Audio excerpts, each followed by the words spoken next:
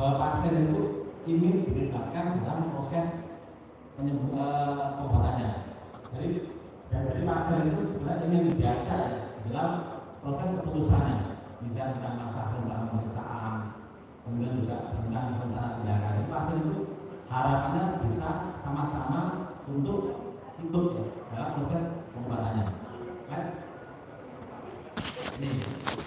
Jadi itu bisa tercapai kalau ditangani oleh tenaga yang handal, layanan cepat, tidak berbelit, dan juga tepat waktu. Misalnya tenaganya jangan molor-molor, gitu ya. Atau juga yang menangani itu adalah responsibilitas tanggap, ya. Tanggap uang, kemudian memberikan informasi yang jelas. Kemudian juga yaitu ada jaminan tentang kenyamanan, keselamatan, dan juga ketersediaan dari obat-obatan dan juga keselamatan. Itu merupakan harapan-harapan dari pasien. Atau juga yang keempat adalah empati, yaitu menanggapi keluhan untuk mendapatkan perhatian terhadap keluhannya. Ini adalah beberapa harapan yang diharapkan oleh pasien datang berobat ke klinik atau ke sarana kesehatannya lainnya. Slide. Ini di sini dalam kita melakukan pengobatan harus ada dasar-dasar yang harus dipenuhi, misalnya beneficent, non-beneficent, otonomi, keahlian. Ini harus sebagai dasar etik di dalam kita berpraktek sebagai seorang tenaga medis. Slide. Ini bahwa pada akhir-akhir ini ya banyak kasus-kasus ini alhamdulillah bukan di Malang ya, ini di luar Malang ya. Banyak kasus-kasus terjadinya pasien itu tidak puas akibat dari layanan yang ada di klinik. Alhamdulillah mudah-mudahan Pak Ketua di Malang aman ya, sehingga pasien jangan sampai terjadi masalah ini. Slide. Ini kenapa bisa terjadi? Memang sekarang itu problemnya adalah terjadi perubahan dalam masyarakat kita. Apa? Ya pasar itu semakin matematis atau yang dia itu adalah masalah keuangan. Lalu juga pasien itu memahami haknya, tapi tidak paham tentang masalah risiko medis.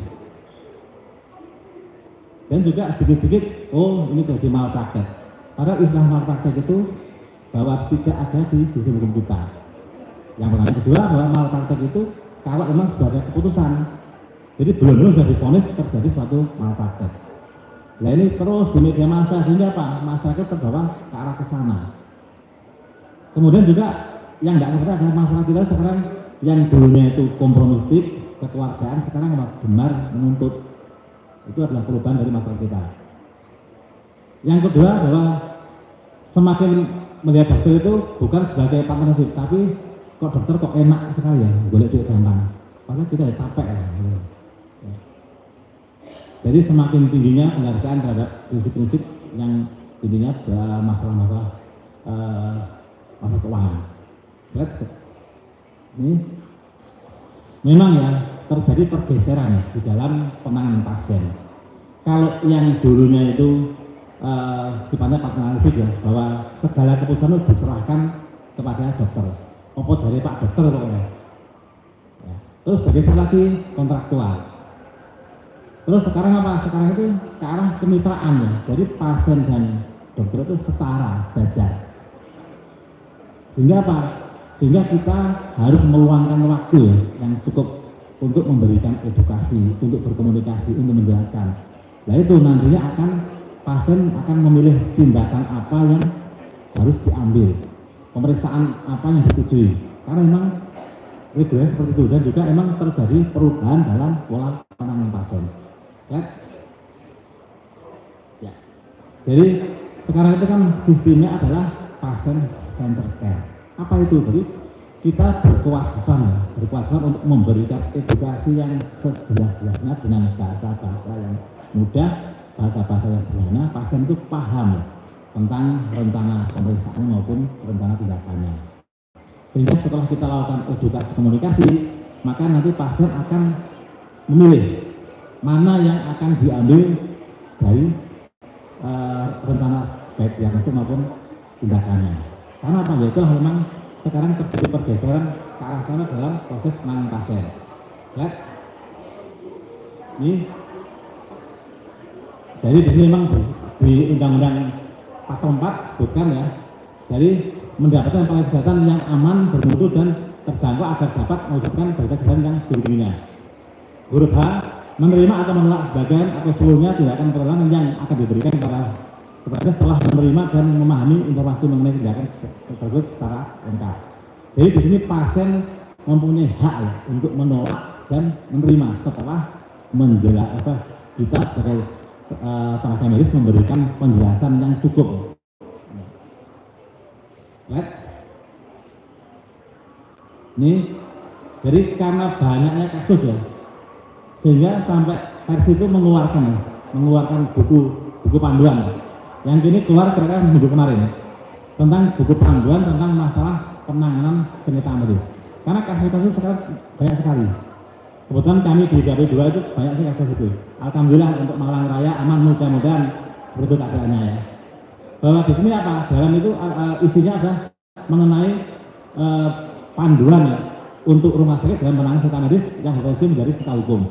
Di sini ada panduan yang jelas sekali tentang masalah apa peran direktur, apa peran komite hukum, apa peran komite hukum, jelas sekali ya. Jadi buku ini merupakan panduan dari pelaksana pasien untuk menjadi panduan dalam kita berbicara secara tenaga medis. Ini bahwa kita itu ya harus paham apa yang fungsi kita itu, bahwa kontrak kita dengan pasien adalah bukan kontrak hasil. Jadi kontraknya adalah kontrak upaya maksimal. Jadi bukan kontrak hasil. Nah itu juga kita tidak boleh menjanjikan ya pasti sembuh, pasti hidup. Karena apa ya, kontrak yang kita berikan itu adalah kontrak upaya yang terbaik untuk pasien. Right? Ini di pasal 80 Peraturan medis dan tenaga kesehatan diberlakukan berdasarkan kesepakatan. Ya, ini sifatnya kontrak itu. Jadi di sini dalam undang-undang praktek tenaga medis dan tenaga kesehatan kepada pasien harus melaksanakan upaya terbaik. Upaya terbaik tersebut pada S1 dilakukan sesuai dengan norma, standar pelayanan dan serta kebutuhan dari pasien. Jadi upaya terbaik sebagai maksud pada S1 tidak menjamin keberhasilan karena sedang diberikan. Dan harus dipahami betul ya bahwa kita itu hanya sebatas upaya. Sehingga dari awal harus sudah sampaikan bahwa kontrak seperti itu. Jangan sampai nanti kalau ada kegagalan penanganan, ada komplikasi, nanti pasiennya akan nuntut. Jadi kontrak itu dari awal sudah harus sampaikan.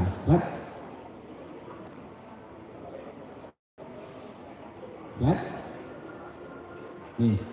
Jadi bahwa penyebab ya sengketa terbanyak adalah karena komunikasi. Yang kedua, adanya informasi konsen yang tidak dimengerti. Kenapa dimengerti? Ya mungkin kita penyampaian dengan bahasa-bahasa medis atau bahasa-bahasa yang tidak dipahami oleh pasien. Atau juga rekam medis yang kurang sempurna. Bahkan rekam medis tidak ada. Yang keempat, mungkin ada kesalahan prosedur, misalnya nyunat kepotong B-nya, itu ada kesalahan. Ini adalah hal yang menjadi penyebab jadinya suatu sengketa medis. Kan?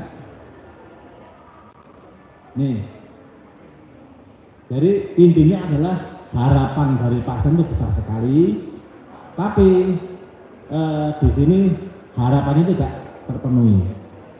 Kemudian apa? Kemudian antara pasien dan nametnya itu tidak paham tentang kontraknya. Pasien kontrak harapannya kontraknya disembuh, begitu juga nametnya. Makanya dari awal disampaikan bahwa kontraknya itu adalah kontrak upaya. Sehingga apa? Dengan adanya komunikasi tidak baik, tidak dijelaskan, maka akan timbul suatu konflik yang akan berakhir menjadi suatu sengketa. Right? Ini bagaimana yang pertama tentang masa komunikasi. Intinya adalah disampaikan dengan bahasa-bahasa yang mudah dipahami, dengan bahasa-bahasa yang sederhana.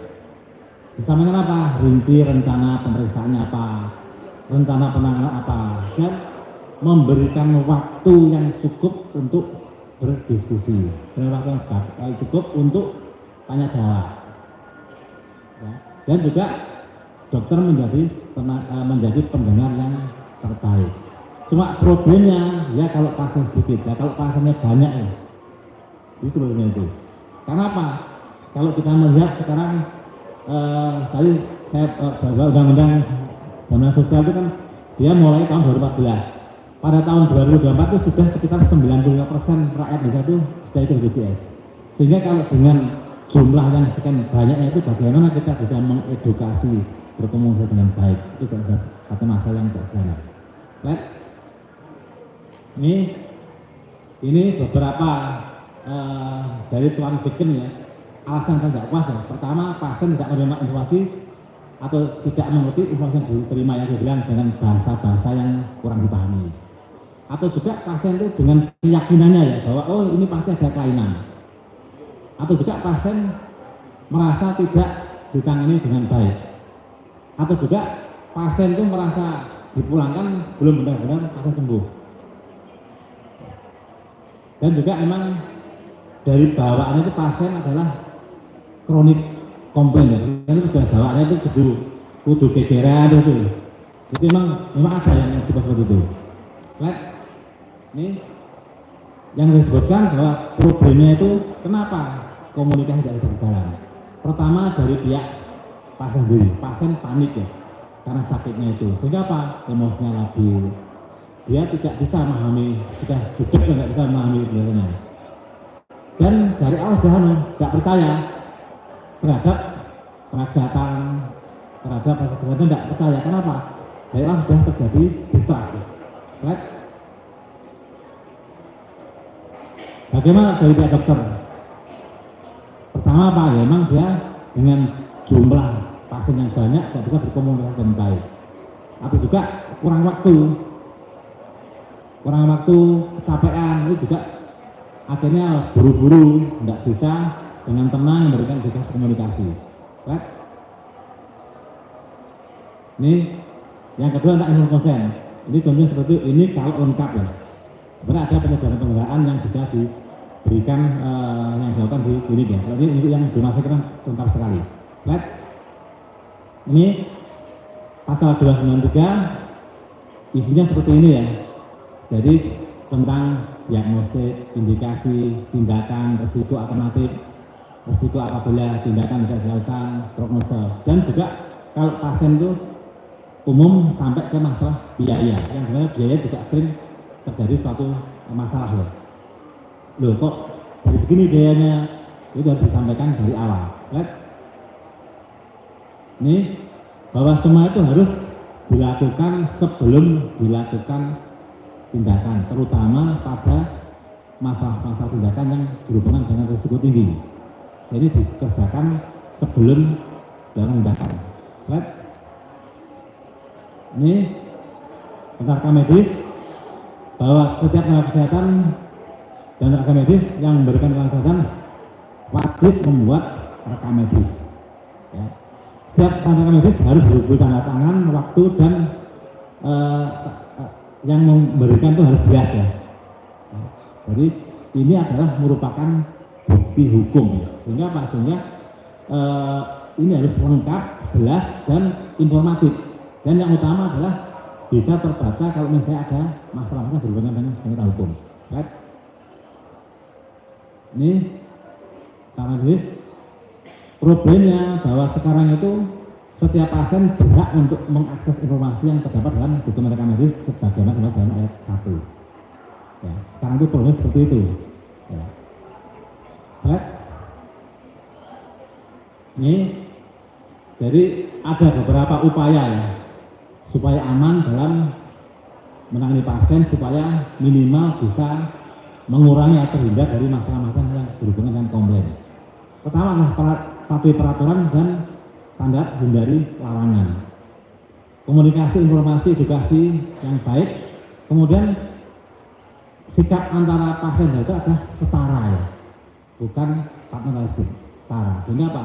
Berikan kesempatan untuk berdialog, berikan kesempatan untuk dia itu berdiskusi untuk menentukan antara tindakan maupun antara pemeriksaannya. Update pengetahuan dan standar pelayanan. Slide.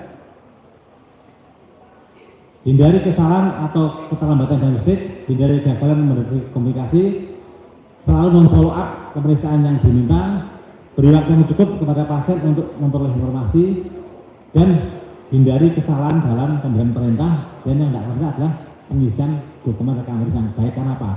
Dokumennya akan merupakan bukti hukum. Kalau misalnya ada sesuatu, maka nanti sebagai acuan dari penyidik itu adalah dari rekam medisnya. Slide.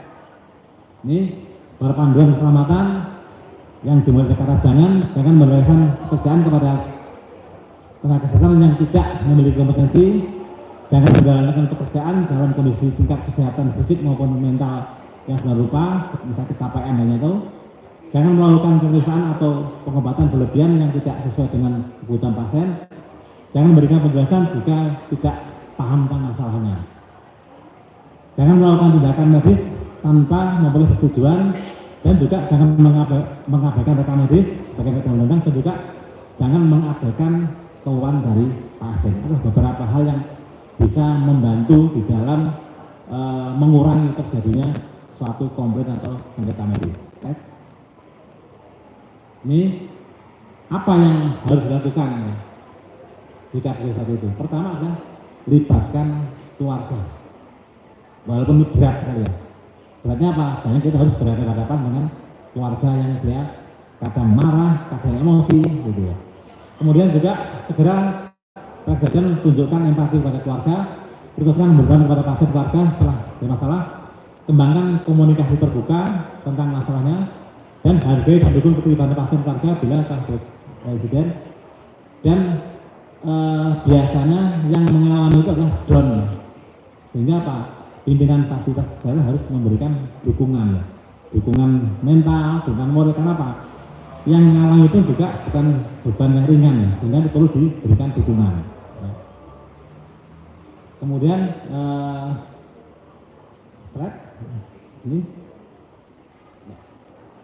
ini apa yang perlu disiapkan jika menghadapi masalah-masalah medical legal? Pastikan hasil tindakan yang dilakukan sesuai dengan standar profesi, standar pelayanan, SOP, PPK, dan PNPK. Saya mengingatkan ya bahwa SOP itu tolong jangan dibikin karena nyontoh ya, karena lain-lain. Jadi kalau waktu akreditasi nyontoh itu sangat potensi pada masalah, karena berbeda katakanlah SOP dari daerah tujuan dengan orang selatan. SOP dibikin sedemikian supaya bahwa memang kondisi realnya seperti itu di pasar tersebut. Jangan nyontoh dari tempat lain. Karena apa? Sangat beda. Cek ulang kelengkapan administrasi, STR, SIP, PKS kalau bisa dipakai untuk praktek. Update PPK, SOP yang dasar lainnya yang berhubungan dengan pasien. Pastikan mulai dari dengan concern, besar concern itu terdokumentasi dengan baik. Tunjuk juru bicara, jadi jangan semua bicara ya. Koordinasi dengan manajemen dan juga koordinasi dengan perhimpunan. Karena apa? Ini perlu, karena nanti kalau kita sampai ke arah sidang bahwa saksi ahlinya itu diambilkan dari perhimpunan setara. Misalnya bukan dari itu, bukan ya, yang jenis ya. Misalnya dari ini. Contoh kasus, jadi di waktu Pati, ini kasus pertama di Indonesia dari sengketa medis. Itu adalah saksi ahli pertama seorang guru besar dari Semarang. Dia kalah. Akhirnya dari MA, tidak seperti ini. Akhirnya diambilkan saksi ahli dari setempat. Akhirnya memang karena apa? Setempat itu adalah yang tahu kondisinya, tahu kemampuannya. Jadi saksi ahlinya adalah dari perhimpunan. Makanya berbaik-baiklah dengan Pak Ketua ini, karena itu yang akan melindungi itu. Ya. Jadi perhimpunan itu dijaga betul ya, karena itulah yang nanti akan membela Bapak itu semuanya. Slide.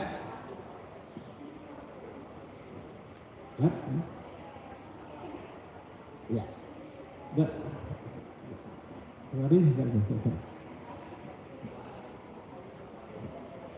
Ya. Terus apa bentuk perlindungan dari pemerintah? bahwa hukum itu adalah dalam bentuk undang-undang ya.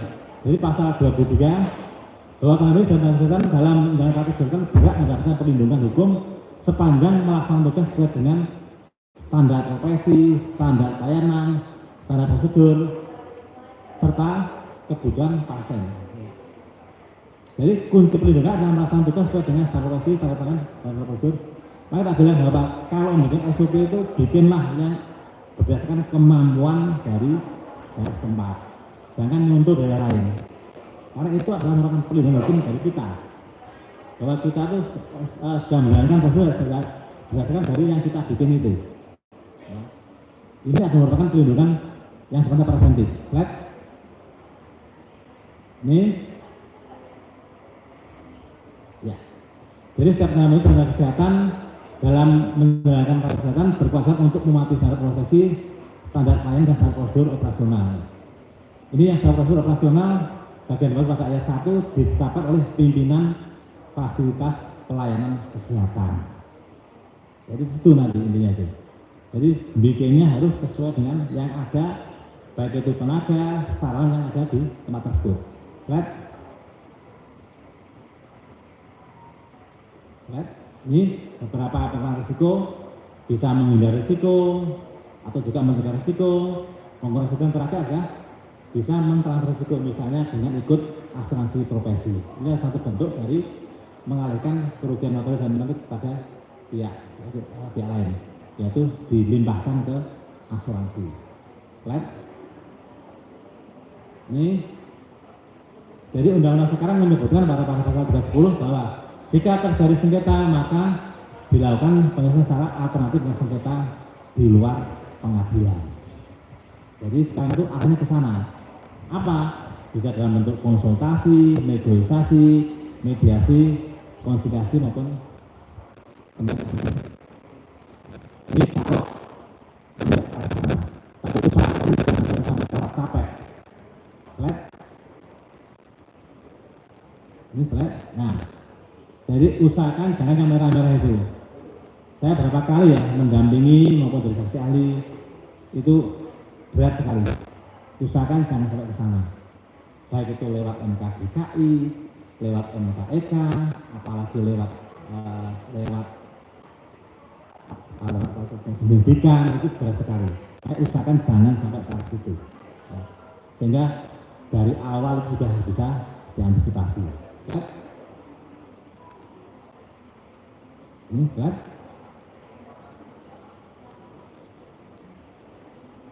Ya. Jadi prinsip pencegahan sengketa medis ditangani soal mungkin menghindari campur tangan banyak pihak, karena semakin lama ini bahkan banyak pihak yang masuk, sehingga nanti juga akan sulit dalam menguraikan masalah ini. Membangun hubungan baik dengan pasien, seperti tadi Pak Ketua kerjasama dengan Pak Ketua BNI itu sangat baik sekali. Karena apa? Itu akan terjadi suatu hubungan baik antara masyarakat dengan tenaga medis. Kemudian bagi profesional, libatkan perhimpunan PKFI jika dari sengketa medis. Ya, ini sangat penting sekali. Demikian paparan dari saya. Mungkin ada pertanyaan, monggo kita diskusi. Terima kasih atas waktunya. Saya akhiri. Assalamualaikum warahmatullahi wabarakatuh. Terima kasih, kita berikan aplaus meriah sekali lagi untuk narasumber kita pada pagi hari ini. Baik Bapak Ibu, bagaimana penjelasan dari dokter tentang etika hukum dan penyelesaian medik klinik. Untuk itu kami akan membuka beberapa pertanyaan. Apabila Bapak Ibu ada yang ingin bertanya, kami persilahkan, atau mungkin ingin berkonsultasi. Saya buka 3 pertanyaan.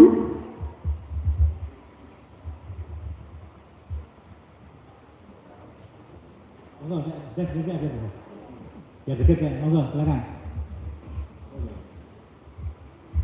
Baik, untuk sesi pertanyaan pertama kami buka 3 pertanyaan. Ada yang ingin bertanya? Ini kesempatan yang sangat baik karena saya tahu di sini yang hadir adalah owner klinik, direktur yang memiliki kebijakan yang sangat tinggi di kliniknya masing-masing. Monggo. Baik. Bisa menyebutkan nama? Terima kasih. Assalamualaikum warahmatullahi wabarakatuh. Perkenalkan kami dari Pak Latif dari pengurus KSI. Kami ada 2 pengalaman dokter terkait dengan sengketa medis di Kabupaten Malang sama kota, di mana klinik kami itu didatangi sama pihak Polres. Di situ dicari-cari dokter, yang akhirnya damai, pakai uang damai. Nah itu bagaimana dokter menyikapi hal tersebut?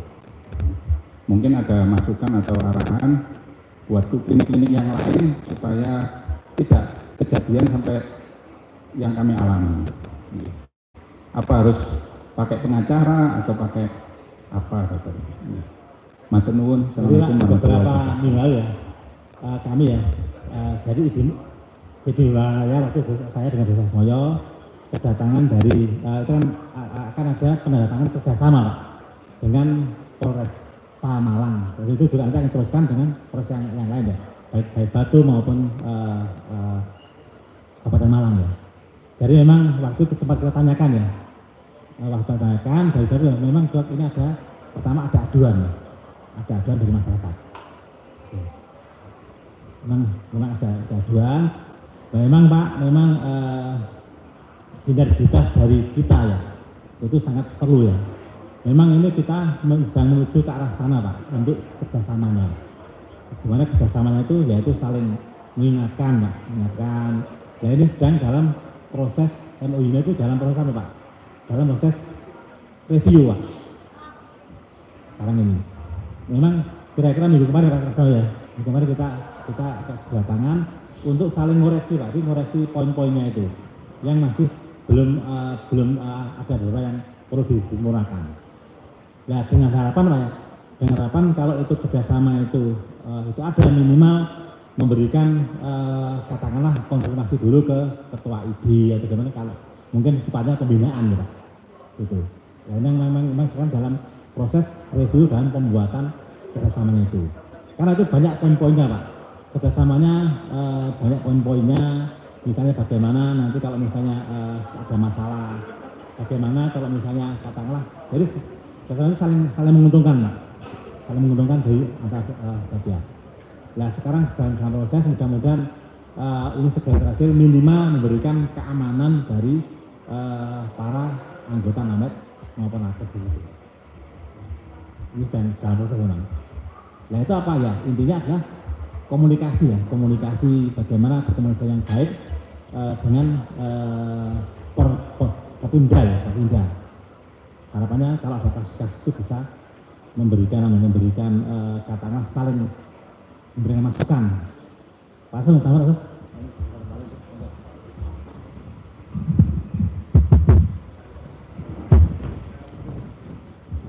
Assalamualaikum warahmatullahi wabarakatuh.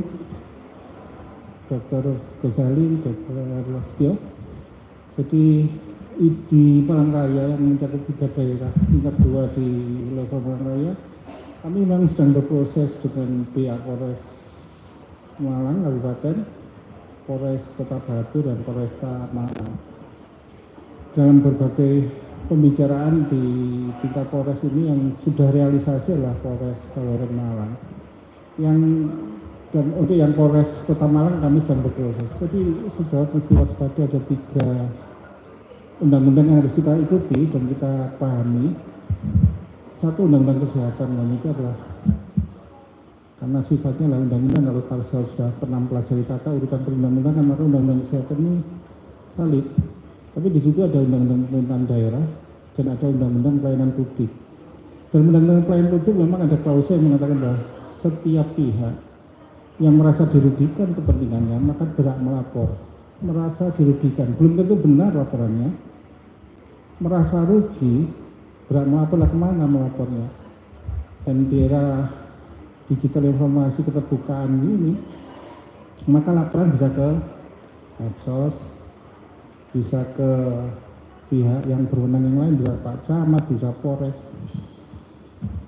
Dalam kebijakan kami itu ada 3 titik yang mesti waspadai ya. Laporan itu ternyata nanti dalam penggolongan akan ada muncul pelanggaran terhadap etika. Saya bisa membaca kode etik kedokteran Indonesia, ada di online itu, bisa saya download. Pelanggaran disiplin profesi dan pelanggaran hukum. Saya sarankan pada para sahabat yang mengelola klinik di PKFI, Anda punya SOP ya, standar operating prosedur penyakit-penyakit, kira-kira 10 penyakit terbanyak yang ada di klinik pesawat. Upayakan bahwa alur penanganan sesuai dengan SOP atau apapun namanya, mau CP, mau SOP, mau panduan praktek klinik, mau panduan praktek prosedur tindakan itu harus tertulis di klinik pesawat. Contoh misalnya gini, pesawat membuka praktek sirkumsisi di klinik pesawat, bikin SOP sirkumsisi yang bisa dilihat, bisa diukur, bisa dinilai.